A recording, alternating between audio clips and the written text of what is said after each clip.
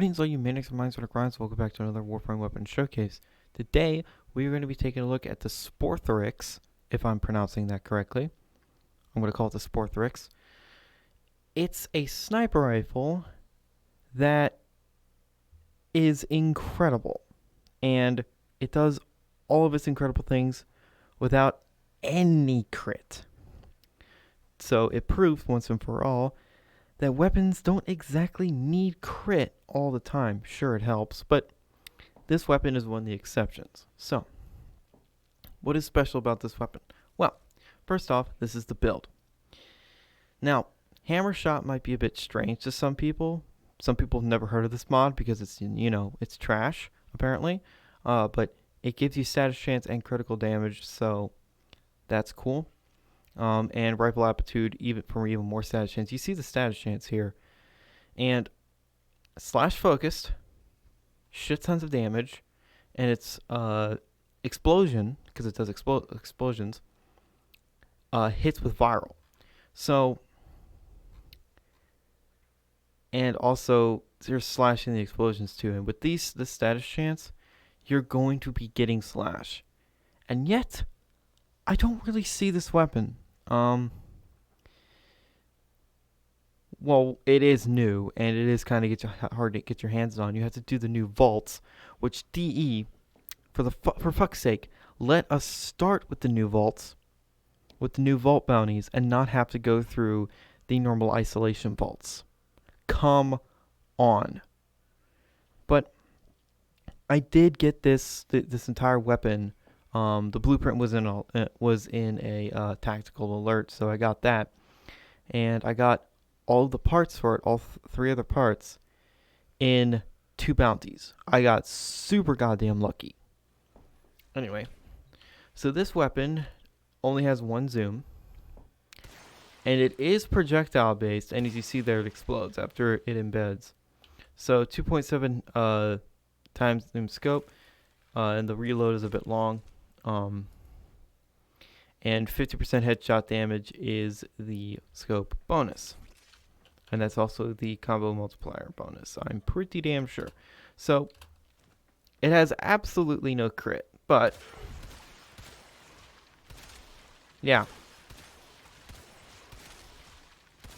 Does this outdamage like a Vectis Prime?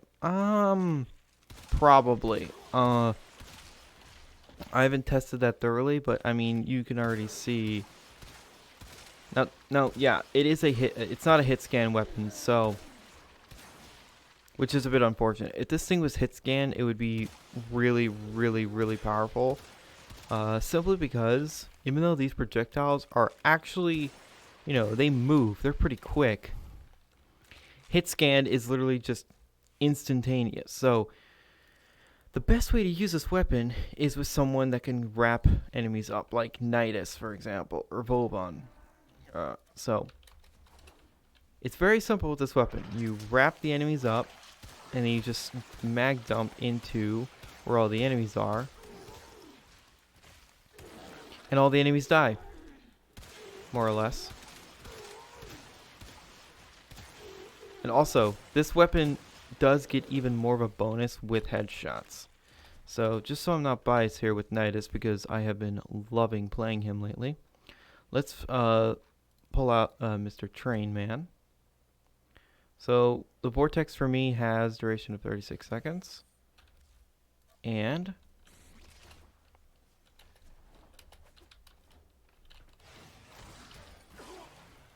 there we go.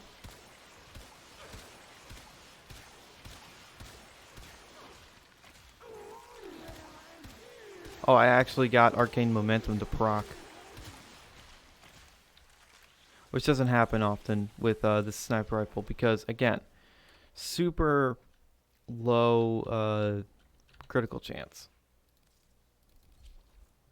So, is that Vortex still active? Come on. I don't want it to screw things up because I'm going to do something. So I'm just going to change frames really quick. And that should be on. Yeah. Why is it still 15? Come the hell on. So I'm going to spawn 20 more in. And then I'm going to strip the enemy's armor and then I will do Vortex. So Bastille will just strip their armor. These guys aren't being lifted because I'm at the max cap. So these guys should have no armor soon. So only the enemies that were lifted don't have armor. That's stupid. Whatever. Yeah.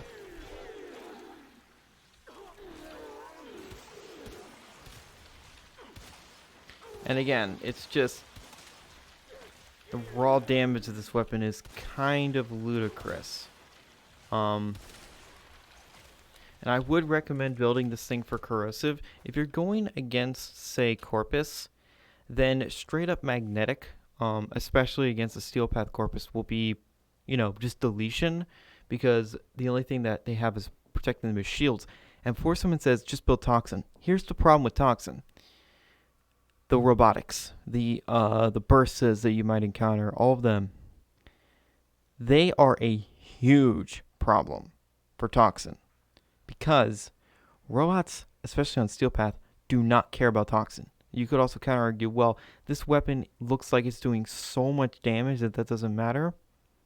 Even though I haven't tested it, because this thing explodes with viral and slash at the same time more often than not, if you get rid of their shields, they have no way of protecting themselves. Viral damage by itself is not that great. The status proc is good. The damage by itself, meh. So, with all this being said, I'm actually going to go into the Steel Path with my Panzer Phyla, as per usual. With the corrosive build, I'm going to be using Nidus to pull enemies in. And, yeah. Also, don't put puncture on this weapon because you won't get the explosion. I know most of the damage comes from just the impact of the projectile, but the fact that the explosion procs like viral and all of these status types, especially with slash as well, just don't put puncture on it. Rivens, this thing has a Riven suspicion of 1 out of 5. If you can get status chance, you can make this thing go over 300%, which would be a meme. But whatever. If you want a meme, then meme. Anyway, let's go into the Steel Path really quick. Alright. Not exactly the best tiles at spawn, but it's fine.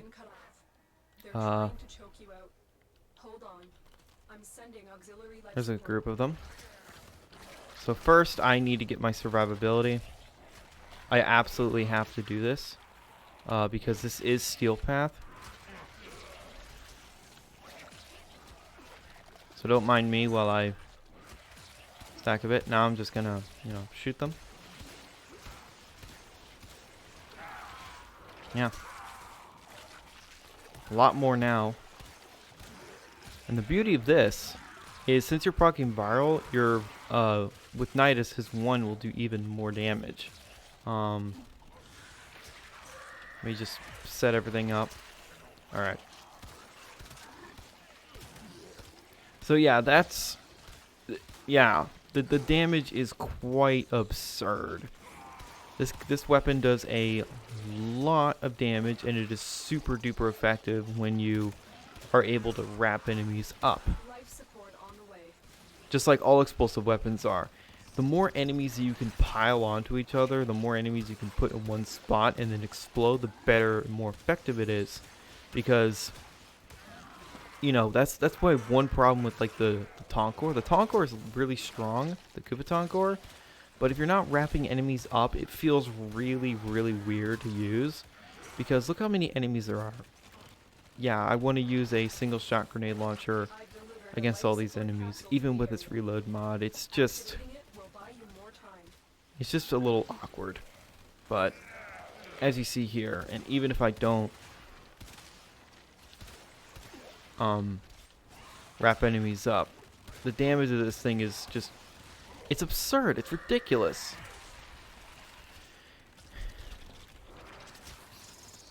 So, for all you Harrow players out there, you're probably thinking, oh my lord, the red crits with this thing. Well, will it red crit, though? Actually, no, that's true. I've tested it. It will red crit with Harrow, but I don't know. I don't think the Harrow crits add too much. So, in my honest opinion, just build this thing for status. Just status. Hammer shot is an option, but if you don't have it or don't want to use it for some reason, then that's fine.